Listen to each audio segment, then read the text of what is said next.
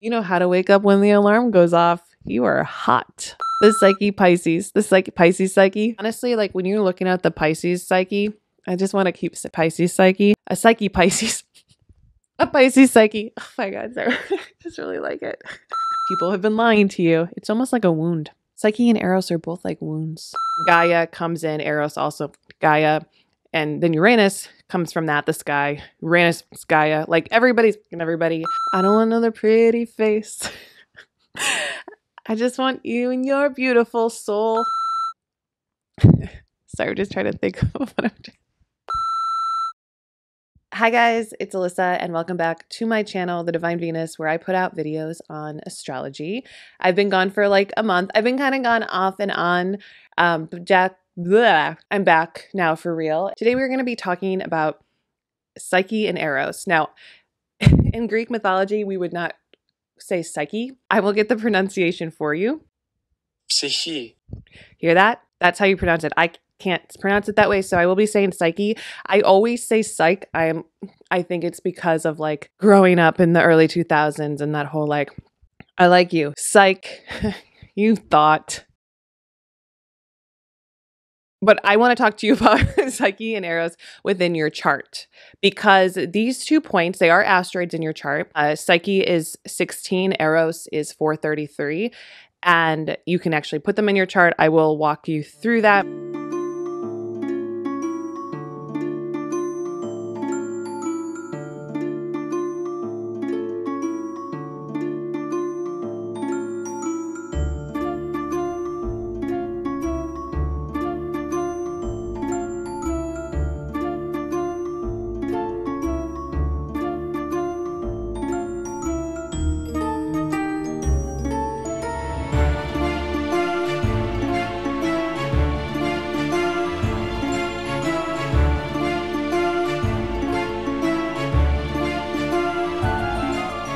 These 2 asteroids I've found over the past year mean a lot to a lot of people, and they might not fully realize, or they might have gotten a wrong idea about what they are. Okay. So I'm going to explain first off the myth of Psyche and Eros, and then I'm going to explain how this makes sense for you in real life and what you're looking for, and then I will tell you what that means for you. And I am going to do a what makes you beautiful on the soul level and physical level, pick a card to get more information to you about that soul level psyche, because instead of doing a million chart readings, there are archetypes and energies that you might be exuding out of yourself that certain people are more attracted to. So that pick a card is going to be the next video I put out to help you kind of fully understand your soul level beauty. If you want to skip all of the fun information that I'm going to give you and you just want to go straight to what Psyche and Eros are in your chart, I want you to know that Psyche is what makes you beautiful on the inside that expresses outward. And what sign that is in is how that expresses itself. I've literally been studying this for months and months and months. So this is not information that I've collected from other people. And I actually haven't fully found that I agree with other people's understanding of it because this is based on my own experience and observations of other people within Psyche and Eros in their chart. So Psyche is your beautiful soul that makes you beautiful on the outside, as well as in the inside. There's a lot of Psyche within your eyes because the eyes are the windows to your soul. Eros is what you desire spiritually in another person. However, it's also sex. Eros is love, but it's the sexual desire of love.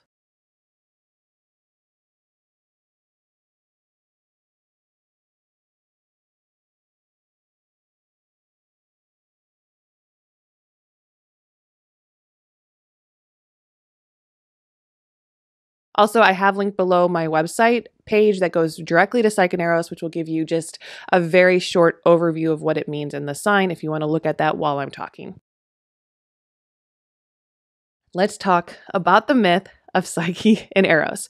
Eros is the son of Aphrodite or Venus. Aphrodite and Venus. If it's Venus, her son is Cupid.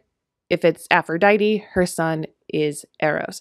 Now, there is an asteroid for Aphrodite, but because these planets and asteroids are named so, they just threw caution to the fucking wind when they named everything. Everything is Roman right? We have Mars and Venus are Roman because otherwise they could have named the planets Eros and Aphrodite, and that would have been Greek, but they didn't. So then we go all the way to Saturn instead of Cronus because it's Roman and not Greek. And then they just name Uranus or Uranus instead of Caelus because Caelus would have been the Roman equivalent of Uranus in Greek, but Uranus is all fucked up. And so everything is messed up. And that means that we're going to be utilizing these things interchangeably. I do not want to call Eros Cupid because we are very specifically talking about the asteroid 433. And Cupid has weird negative connotations, like a chubby little cherub with shooting arrows in the hearts of young lovers. And Eros himself was hot. So we'll just go with Aphrodite, Psyche, Eros, etc. Now, Eros is also the name of the primordial deity that came after chaos. Chaos is the original goddess. She is like the nothingness, the void, the receiving end, the chaos that existed within the nothingness and in the void, okay? Eros is what loved her. Eros is sexual desire. It's love. It's the earliest form of love because sex in the universe is what creates everything. And at least you can look at life and see that as well. There has to be some form of something. Did you see this? How this, like everything's flying? Something to create this form of, for creation. So that's what this means. And then Gaia comes in, Eros also Gaia. And then Uranus comes from that, the sky. Uranus, Gaia, like everybody. It's just a thing. And then the Titans are created, and then the Titans create the gods.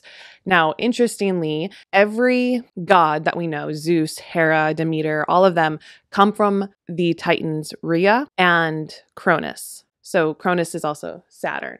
We don't have anything named after Rhea. These Titans basically created the gods because Rhea was the Titan of like fertility and Cronus was the authority in time and everything like that. So the interesting thing, though, is the birth of Venus because she did not come from these Titans. She actually came from Uranus.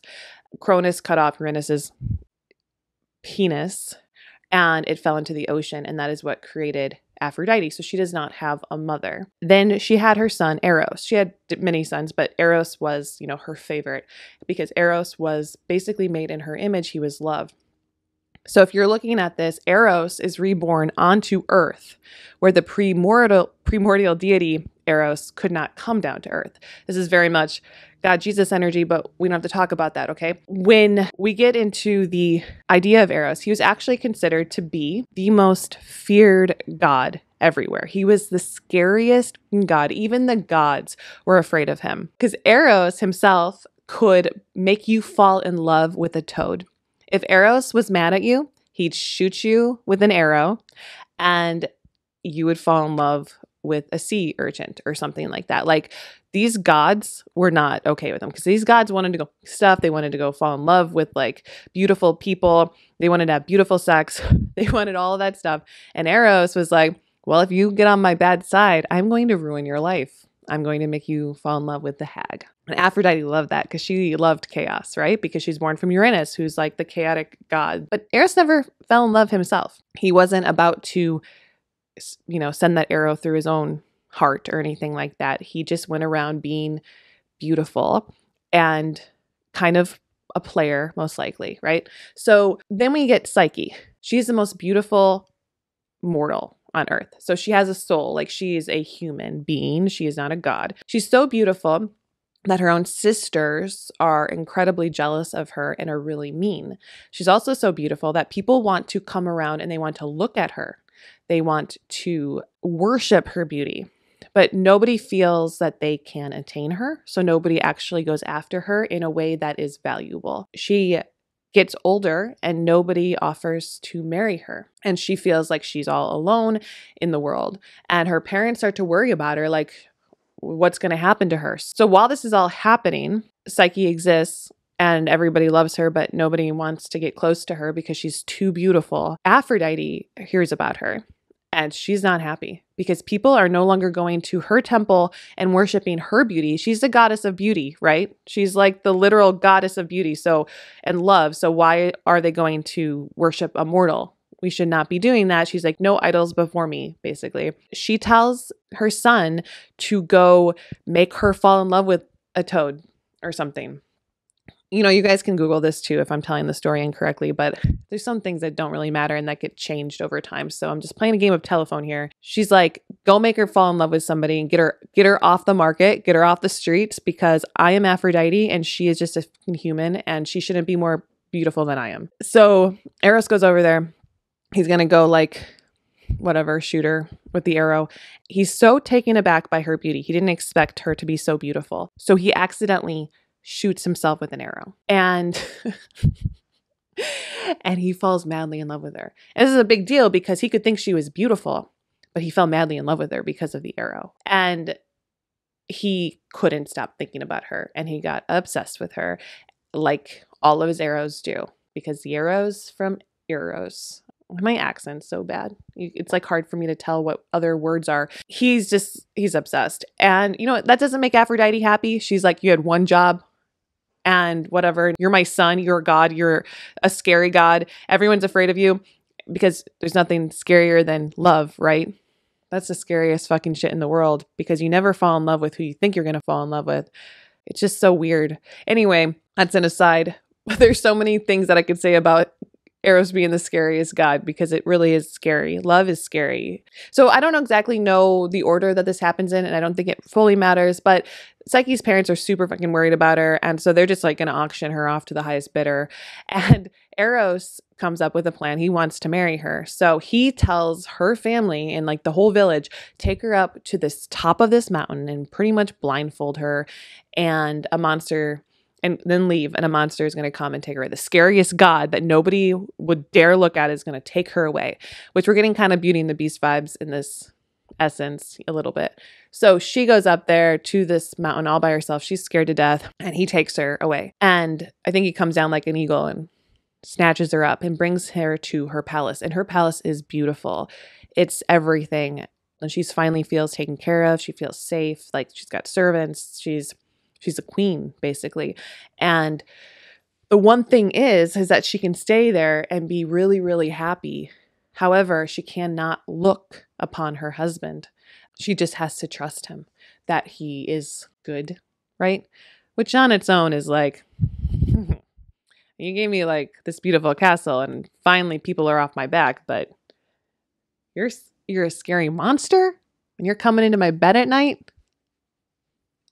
You're like, how good is the sex that you have to like be blindfolded for? I don't know. Don't think too deeply into that right now. Her sisters call on her and they go to her castle and they meet her in the castle and they're like, so sister, this is great. And they're like super jealous. So they just start gaslighting her and they're like, well, no man has ever loved you enough to marry you. You're an idiot and you marry this guy you can't even see. He could be a frog. Like you don't know. All of the money in the world couldn't get me to marry a frog. I'm guessing that's what they would say because sisters are bitches. She's like all freaked out and she starts to not trust her husband, even though he's been nothing but kind to her, except for the fact that she can't look at his beautiful face. So one night they go to sleep. She waits for him to go to sleep and she takes a candle and she holds it over his face to see what it looks like. And she's like, oh my God, he's beautiful. Thank God. Like he's so handsome and he's mine and my sisters were jealous bitches, etc. It all makes sense to her. She figures it out. And then she drops the candle wax on his face accidentally in her excitement. And he wakes up and he's so mad. He's like, I told you to trust me and you don't trust me, and he's all mad at her. And so Aphrodite gets involved with this whole story and she's like, hey, bitch, you want to get your husband back. So you need to do this impossible thing. And Psyche's like, whatever it takes, I want him back because he's the love of my life. She does this one task and it's really, really hard. And she starts crying and like some ants take pity on her. And then it's because she has to separate like these six seeds from each other. Like it's like chickpeas and barley and I don't know, like 6 different things that she has to separate because they're all together. And Aphrodite's like, no one can separate that. You'd blow your brains out. That sounds horrifying.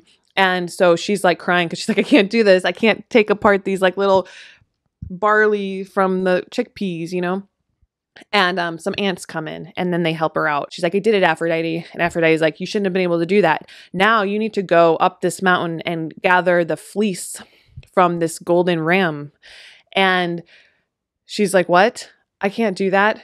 But she goes on her journey and she starts and she cries. And I think like an eagle or something takes pity on her and helps her go get it. I don't fully remember. It doesn't fully matter in this situation, what I'm trying to talk to you about. So yeah, I should have written it down. She comes back to Aphrodite. She's like, I got it, bitch. And Aphrodite's like, there's no way. Here, you need to go down to hell, go to Hades. And I want you to take this little box and I want you to capture 1 drop of Persephone's beauty. So like the dark beauty of Persephone, and bring it up to Earth. And so she's like about to go down, and then she gets advice. I think Zeus in some way helps her because she's so beautiful. And that's the thing too. She's so beautiful. Now, if we're looking at this like Psyche means soul, just imagine that she just has a beautiful soul. And that's something that just shines and radiates outside of her that makes all these animals and gods and everything take pity on her, like want to help her, kind of like a Disney princess, even though she's got to do all these tough things. So Persephone gives her a drop of her beauty. And she says, you know, when you get out of hell, if you look at my beauty, you'll fall asleep. And she falls asleep because she has to look because she's curious. But anyway, she goes to Aphrodite and she's like, I got it. And Aphrodite's like, nah, you did a good job. You're going to come and work for me now. You're going to be one of my like slaves. So Aphrodite just is like, I'm not telling Eros that you did all these to win him back. Like, this was just for me anyway. You're going to keep working with me. Then Eros gets wind of the fact that this is happening, and he realizes that he forgives her for not trusting him and comes back and saves her like a prince and Cinderella. These are basically, we got Beauty and the Beast and then Sleeping Beauty and then Cinderella, all wrapped into the Psyche and Eros myth. A big thing about this, like the fact of Psyche working for Aphrodite, is about the soul working to be beautiful, like inside and out, and that the soul needs growth for that to fully happen. That even though Psyche was so beautiful, she was also easily swayed and didn't have the self-love to withstand everything. Like, and she also cried a lot, right? She was going through life and she was whining. And you know about that kind of energy where people's life, there's a lot of people who have very hard lives. And we do, like, when you have a hard life, which most people do, especially right now, there's points where you just literally sit and feel sorry for yourself. And one day you wake up and you're like, I got to stop feeling sorry for myself and I need to grow. I need to take this lesson on my chin and I just need to go forward and I need to do this myself. I need to be my own savior. You know, Eros isn't coming.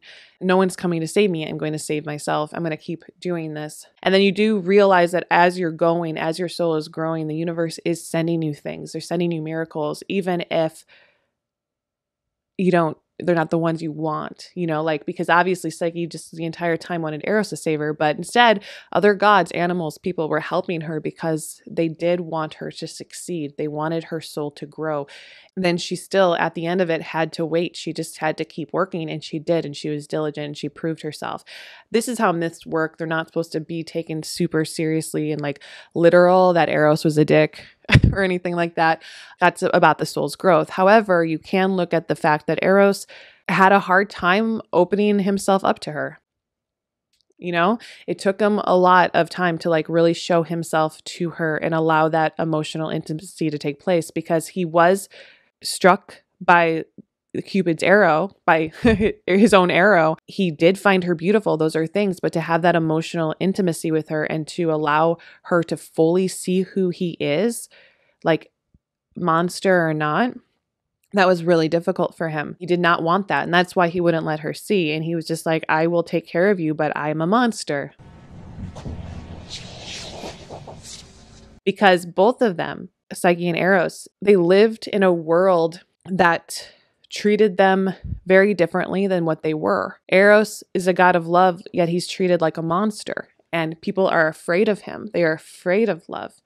And so he knows that people are afraid of him. And because of that, he just does whatever he wants to do. And he doesn't have to deal with the repercussions of his actions, because he can just destroy anybody who comes his way. It took beauty to kill the beast. It took beauty for him to see what his ego was doing to him and to open up his heart and to let her see his true beauty, because she really loved him. And that's the side of Eros where Psyche really did have to learn, like, to fight for herself, right?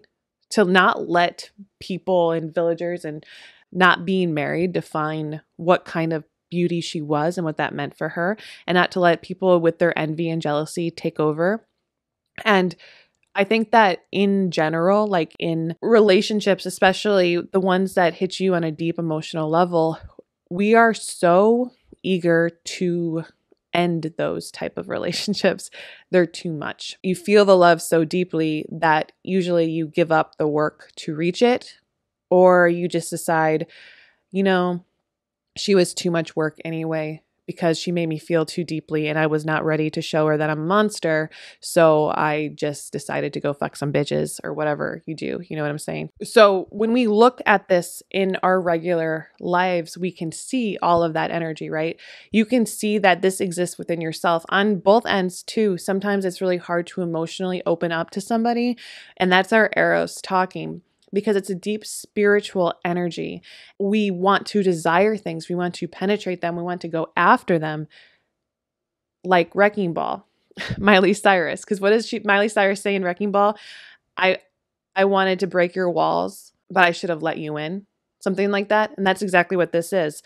Eros so badly wants to penetrate. It wants to go after it, gets obsessed. It's like, I want this. This is mine. I want it. Now that it's mine, I should be letting it in. But that's not what I want. I just want to break it down. I want it. I have it now. I want it. And you have to let it in for love to like take hold, for love to transform, for you to really know what love is. And the thing is, actually, at the end, when Eros comes and takes Psyche, she becomes a god. Her soul has evolved enough to be a goddess on Mount Olympus with Eros. So Psyche becomes an immortal. Her soul becomes immortal because of its growth that she goes through. So when you look at Psyche in your own life, it is about your soul's growth. It is about how much do we whine and complain when we're living our lives? How beautiful are we on the inside and out? Beauty is in the eye of the beholder. And there are certain people who are going to be more attracted to others, who are going to feel like they're allowed to be attracted to you, because it's a deep spiritual thing sometimes. And where Venus can show you your physical beauty and what kind of physical beauty you have, Psyche is going to be that thing that you can't explain. Almost like, you're so beautiful to me and I cannot explain it. Your weirdness is so beautiful and I don't really understand why.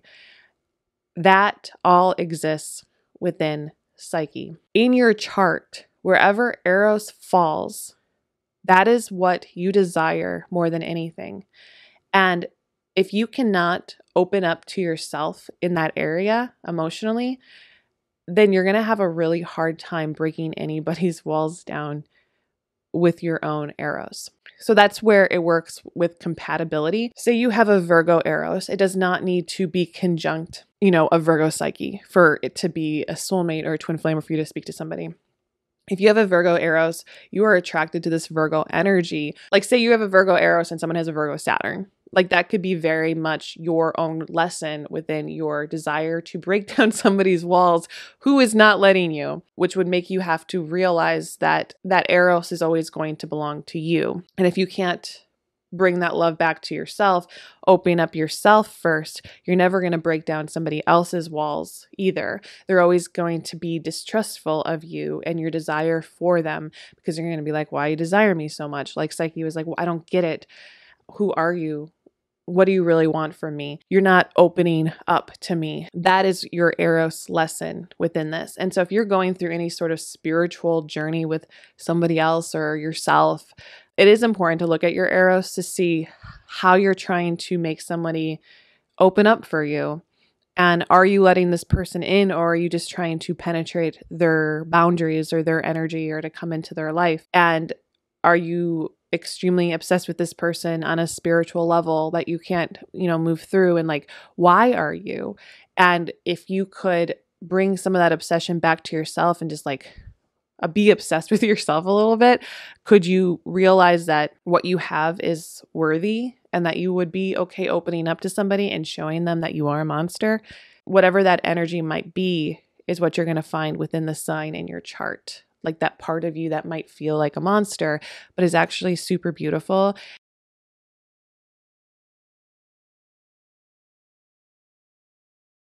And then when you're looking at your psyche, you're going to look at where you are so beautiful to people. What is that thing that you have that makes people just sort of fall in love, you know? Even, and they can't explain it. They're like, I look at your face and I am in love with it. And that's the thing, like not everybody's going to find everybody beautiful. Like for instance, okay, I have Chiron conjunct my psyche, and Chiron's a wounded healer. So I was never called beautiful growing up, and I was not the pretty one. I had a lot of sisters, and when my mom would get like stopped on the street, it'd always be like, one of your daughters is beautiful, and it was never me. When I was in middle school, I was made fun of for the way that I looked and the way that I took care of myself. I didn't take care of myself good because I was neglected by my mom. She didn't help me learn how to do normal things to be pretty. So I learned those on my own after I was made fun of for it. And I remember heading into high school and being like, I got this now. I take showers now, you know, like I'm not Josie Grossy anymore. I take care of myself. I'm going to be cool. Maybe not cool, but maybe some boy will think I'm pretty. And I got this huge crush on this boy. His name was Sam. He was my lab partner in science. And I thought he was so pretty. He had like blue eyes and brown curly hair. And he just like was my type, I guess.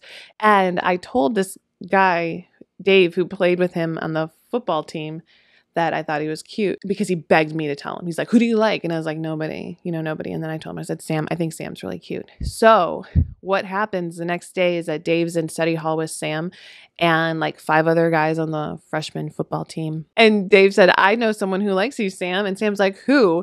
And he said, Alyssa. He goes, oh, ew, she's ugly. And then all of the other guys at this table in the library at study hall laughed. And then Dave told me later, and he laughed telling me, he said, isn't that funny? And I go, no, why would you tell me that? And he said, I thought you would like to know. He doesn't like you. And I was like, what? And then I went into my science class, and he wouldn't sit next to me in lab. And for the rest of the semester, he sat somewhere else. And the teacher let it happen, and I didn't have a lab partner because he was so disgusted by me or something. After that, I just was like, oh, okay, I get it. I'm not beautiful. Okay. In my brain, I was like, that's not my thing. I get it now. I finally get it. Like, it was like my parents not telling me I was pretty was like, okay. But after that, like, because guys knew that I wasn't pretty, I never got asked to like a dance. I didn't go to like prom or anything. And it became like a thing. 4 years later, being a senior in high school, and it was homecoming. And there's this guy that I was talking to a little bit in study hall who was a year younger than me. And his name was Travis. And I was nervous as shit, but I was like, I think he might go to a dance with me. I think he kind of likes talking to me. I think he thinks I'm funny or something. I was like, I could do that. So I hunted him down and I asked him to go to the dance with me, and he said no. And I was like, oh, that's okay. And he gave me this like sad face, like, and like looking back, I think he just didn't know what to do because I think he already had a date.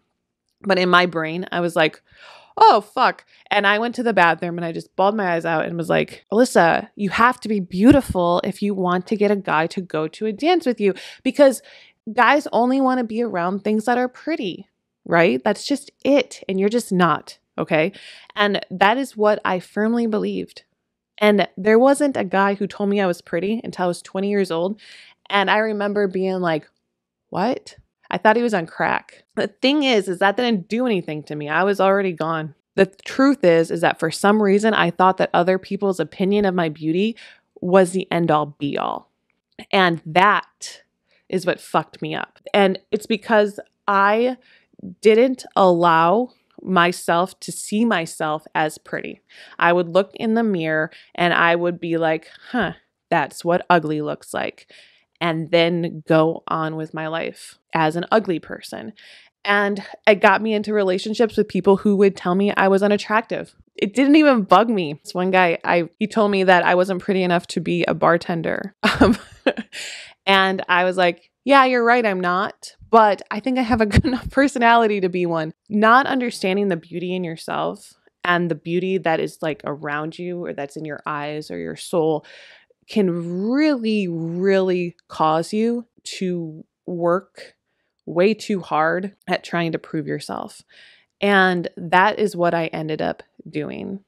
I worked. So when you think about my soul's development and like Psyche, my rejection in that sense and the fact that I couldn't see that I was worthy of anything made me work so hard at everything else. And I was never satisfied, never happy, and I had no self-love because I could not love what I was. I worked really hard on all these other things and they were never enough for me. It didn't matter if they were enough for other people, they were never enough for me. I could never see myself just as me. Because of that, I drew in people who were mean. I had a friend in high school who said, well, Alyssa, who's going to like you? This is my best friend. She goes, who's going to like you? You have a toucan nose and a giraffe neck. Like, you know, like oh, okay. So I have that. That's another thing that I'm going to be worried about because my best friend told me that. Why would it be wrong if my best friend is telling me that? And we're Bible studying in our small group. And there was this question, would you rather have brains or beauty? You can't have both. They're going around, people are saying, oh, brains, definitely brains. I'm like, you guys are so full of shit. So I said, oh, I'd rather be beautiful. So no joke, no lie, this girl goes, Alyssa, you're lucky that you're not beautiful because I'm pretty and people they're mean to pretty people. It's not all that it's cracked up to be pretty, so you're lucky. And you don't realize that when people are telling you shit, it says so much more about them than it does you.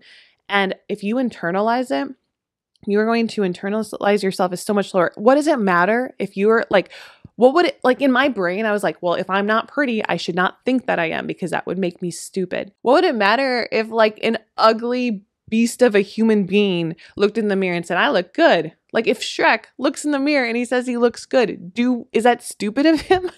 Is that really dumb? It's not. It doesn't matter what you look like. If you can't look in the mirror and say, I feel beautiful, then that's something that you really need to work on. It's because beauty is not homogenized. Beauty is not just because one person like looks like this way. And I think people are kind of starting to wake up for that. Beauty is your soul, and your soul is perfect, and your soul is beautiful.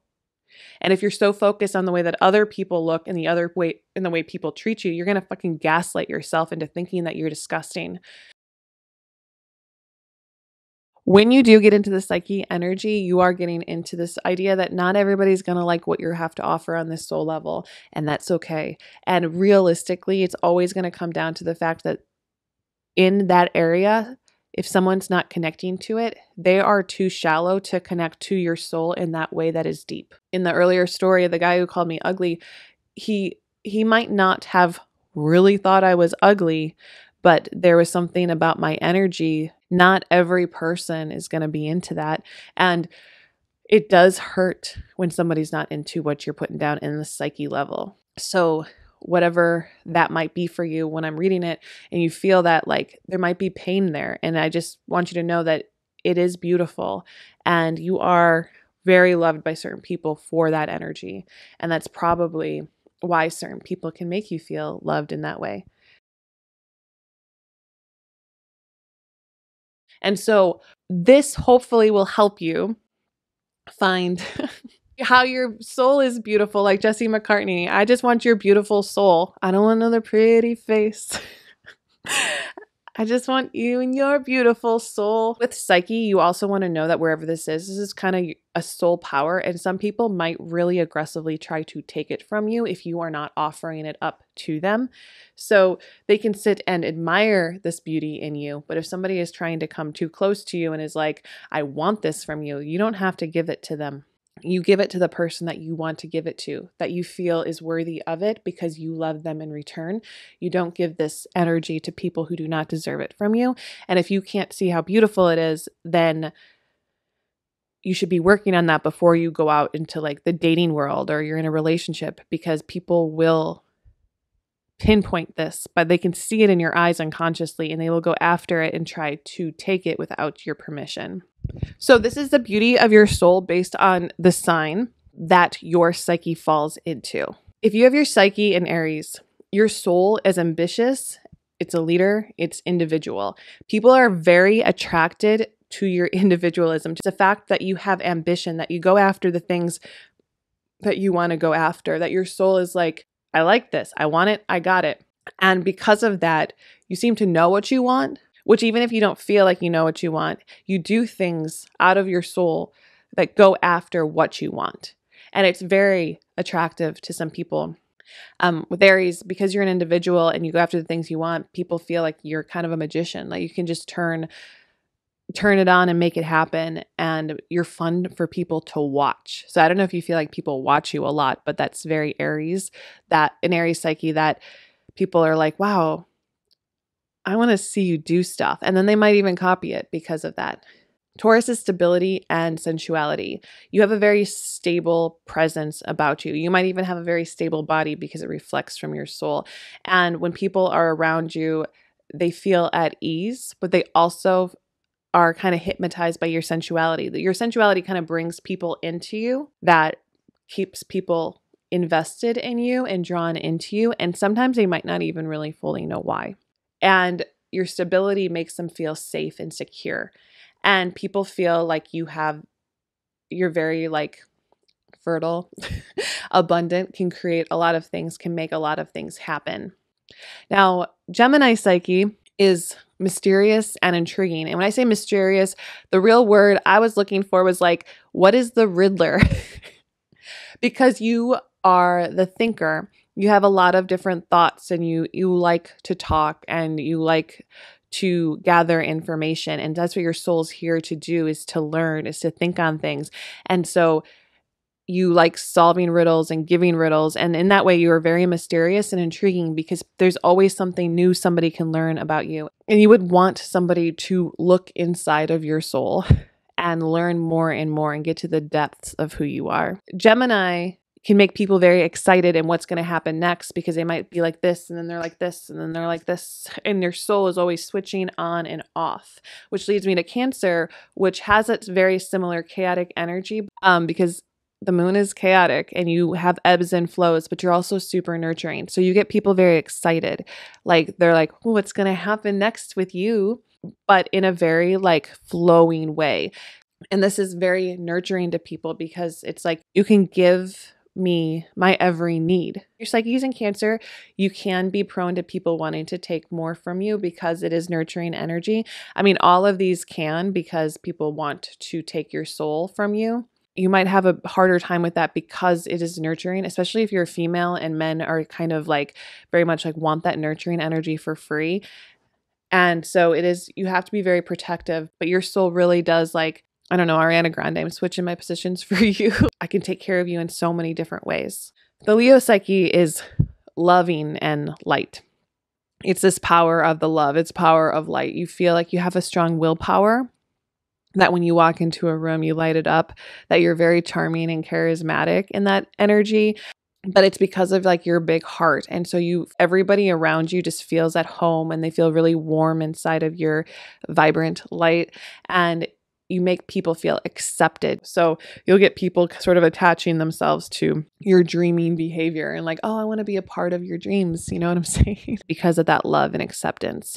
Now, if your psyche is in Virgo, your soul, and what makes you beautiful is that you're so motivated, and you're also very deep. Virgo is very deep within the earth. It's like the virgin energy. The Virgo is the groundedness in the earth.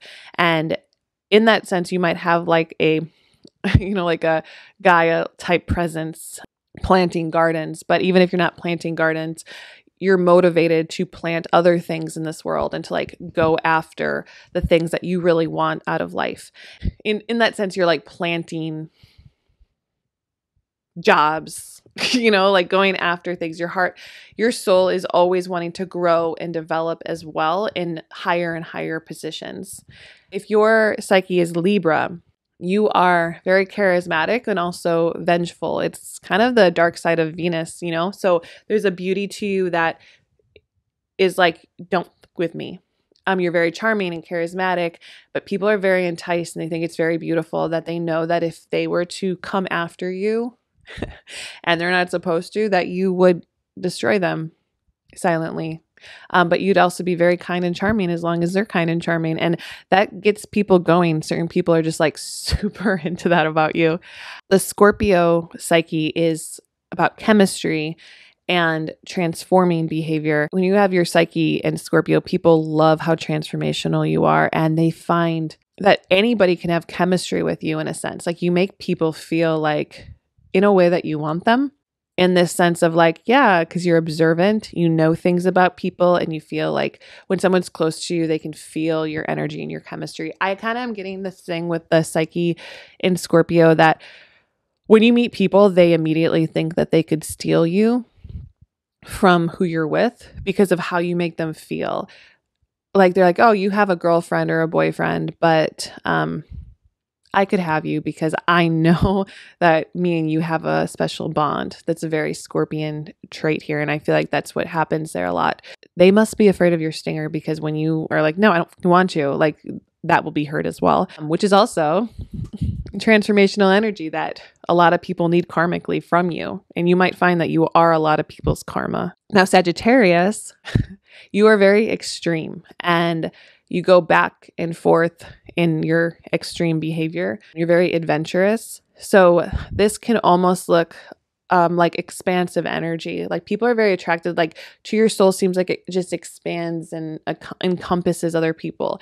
In a way, I'm getting like a shapeshifter type clown energy here, that there's something that is inside of you that can perform in a very expansive way and like take over the whole room and then bring it right back in a way that is like, whoa, what's happened there? You know what I'm saying? And people are very interested in that. And then you're always kind of up for an adventure and for doing something that is like outside the box. Now, if you have a Capricorn psyche, you are a dreamer and you're tough at the same time, a tough dreamer. Your dreams are based in grounded reality, in earth. You want to climb. Like your soul wants to grow. It wants to become better. It is consistently looking and seeking out the hardships so that it can be better. And that's makes you tough as nails. And people see that in you and they're like, nothing can break you. You are so tough. You are so powerful. And they're very attracted to that tough quality within you. And it probably comes through in your body as well. And they feel like they could accomplish their dreams when they're with you. Now, the Aquarius psyche shows that your the Aquarius psyche shows that your individuality and your originality and your intelligence are what makes you very attractive to people. In a way, too, that like you look elite. And I was trying to figure this one out a little bit because Aquarius is weird energy, but this is going to transform. Like it's going to be on your face that like you look like when you see something stupid, that you're going to look at it like it's stupid. And so people are very attracted to that sort of like elite quality that they'd have to be special to even be seen by you. And that's what makes your soul so powerful. Like it doesn't matter if you feel like you're having a shit day and you look in the mirror and you're like, I look like shit right now. People don't see that. They see you as elite. They see you as something that if they're with, then their life is going to change for their better because you loved them. Now I'm thinking of Celine Dion, because you loved me. And that's what makes you so beautiful, is people kind of hold on to that idea of you as just being above everybody else. And just you have the next step. Your soul is so evolved in that sense as well. If your Psyche's in Pisces, you are an imaginative siren. People are very drawn by your imagination. Like you can think of all the Psyche, the Psyche Pisces, the Psyche Pisces Psyche, whatever. Like you draw people in and you pull them under into your fantasy world, and people are just so intrigued. And this, honestly, like when you're looking at the Pisces Psyche, I just want to keep Pisces Psyche. Sorry, just trying to think of what I'm doing.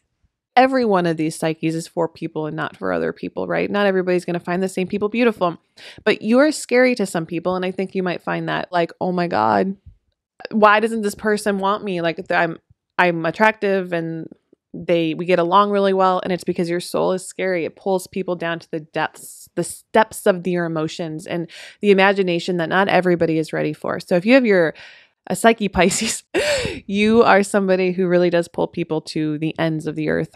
But some people find that it's obviously breathtakingly beautiful, but you might not always feel it if someone's rejecting you for that. And I just want you to know that anybody who is rejecting you is not rejecting you. They're afraid because it's beautiful. Okay, now with Eros, these are what you desire on a spiritual level with another person. It does not mean that this person needs to have Psyche where you have your Eros. They could just literally have a bunch of planets there. For instance, if you have your Eros and Leo, you could be very attracted to somebody who is like a Leo rising or something because you see them, like you can see it and you're just like, I like that. This is just what somebody like literally cannot help themselves when they are around, and they can't figure it out. Okay. Our Eros part of us does not feel like it belongs on earth. It feels like a monster to people on earth. It feels scary because it is that incredible desire. So it does mirror back to you in a very similar way like Psyche, okay? Where it's something that you have to accept about yourself, that you're so attracted to it. So when I'm reading these, I want you to kind of visualize that you are attracted to this, and that does not make you weird or a monster because you want it so bad. But you do need to figure out like a little bit of more of like, why do you want it? Why is this the one thing that you want so badly, unconsciously in another person? That everybody you date is sort of like someone like that. It reminds me of the Adele song, never mind, I'll find someone like you. Never mind, I'll find somebody that my Eros can't help but be attracted to because of whatever sign it's in. The fact that you're attracted to it makes you fully aware that you might lack it. And that's why you desire it so much. So if you have Eros with something too, it can almost be this place that you're like, wait, no, I need to get this from somebody else because I don't have enough of whatever it is. It's like you can't get enough. It does become obsessed, right? So that's why you feel like I can't get this. Like for instance, Eros loves Psyche so much, like because she's so beautiful. And he's like, I am not that. I am a monster. Like she cannot look at me. I am a monster. But she was like, no, you're beautiful to me. He was treated like a monster for so much that that's why him understanding that her beauty set him off freaked him out. Right? So you're going to find these things so beautiful in another person. And it's probably because you feel like you don't have that, like you're a monster in comparison. With Eros, you have to learn that the reason you want it is because it's already inside of you. You're just looking for something to learn, something to know, something to be. And these people who have these energies that you're attracted to, they're helping you see yourself and see how wonderful you are. But you have to show yourself to them in your insecurities for them to recognize that, hey, you're pretty cool too. You have this too. The reason you like it is because you also have it. People have been lying to you. It's almost like a wound. Psyche and Eros are both like wounds. So if you have your Eros and Aries, you're attracted to ambition and individuality. Like somebody who's ambitious, who's a leader, you're just like, oh, I want that, because you might feel like you are not that. Like you're not that ambitious. You're not your own person. Like people are treating you like you are a go-alonger or you don't have your own ambitions or needs. And so you're so attracted to somebody who has it. Now, if it's in Taurus, you're really attracted to stability and sensuality. And it might be because you feel like you can't bring people into you. You don't have that gift. You're not charming in that sensuality way. And you're not stable. Like maybe you can't hold down a job, or you're unable to create your own abundance. You're very you might be attracted to someone who has a lot of money. You want somebody who can do that. Now, if your Eros is in Gemini, you're very attracted to somebody who is mysterious and intriguing. And it could be because you feel like you put it all on the table. You're just like that. You're like, I'm not that interesting, right? I'm just normal. And so you're so attracted to somebody who is mysterious and who has knowledge. Can you just sit at their feet and you're like, I could never learn that. If it's Cancer, someone who's like very nurturing and very good at a lot of different nurturing things and who can take care of a lot of people and who are very kind, it's so attractive to you because maybe you feel like you don't have that. Like you're not a kind person, that you're not nurturing, that you're very cold and calculated. And that's so it's very attractive. And you're like, I wish that I could be a part of that because then I can be nurtured by that. Now, somebody who has their Eros and Leo is very attracted to this loving light energy. So you're going to imagine that this person feels like they are very dark and sensitive and scary. Like if you probably have a Leo Eros, you're going to feel the most related to actual Eros in the myth because he feels like he's a monster, even though he's literally, Eros is the god of love. So that's a big thing that you're going to feel like you are the god of love, but yet you feel like a monster. So you're very attracted to people who are just light and love, and you just desire to almost like eat up their light and love. Now, if you have a Virgo Eros, you are very attracted to very motivated people, very grounded people, people who are organized and analytical. This one's mine. I'm somebody who's very structured in that sense as well, because you feel like you're chaotic and not structured, and you want somebody who can analyze all situations so that you don't have to do that because you feel like such a fuck up. Like really, if you have a Virgo Eros, you probably just feel like a fuck up. Yeah, so you're very like, you desire someone who just seems to have their shit together. I remember I would always be like attracted to a man with like a 9-to-5 job.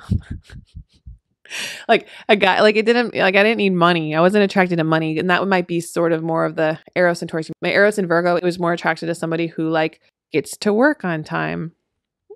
Like, I don't know. You know how to wake up when the alarm goes off. You are hot. If you have a Libra Eros, you are very attracted to someone who's very charismatic, but also sort of vengeful. Somebody who takes care of relationships and themselves and who wants relationships. Someone who might be even outgoing or like stands up for themselves, because you might feel like a little bit of a pushover, or somebody who doesn't know how to make the room happy and create harmony within the room. And so you're attracted to someone who can, but who can like turn it on and off, because you're just like, how do you do that? I can't do that at all. Now, if you have a Scorpio Eros, you're attracted to someone who's so like chemically attractive and sexual and transformative and just deep and dark and mysterious in that sense. And having a Scorpio Eros, I think, can be pretty scary, because you might find yourself like addicted to certain people's sexual energies a lot, because you feel like maybe you don't have the sexual energy that you could give off. So you're just like, I want that in you really badly. But you are like, why do you think you want that sexual energy? Because you have it, a lot of it. If you're Eros and Sagittarius, you're very attracted to like adventurous, extreme type of people, or people who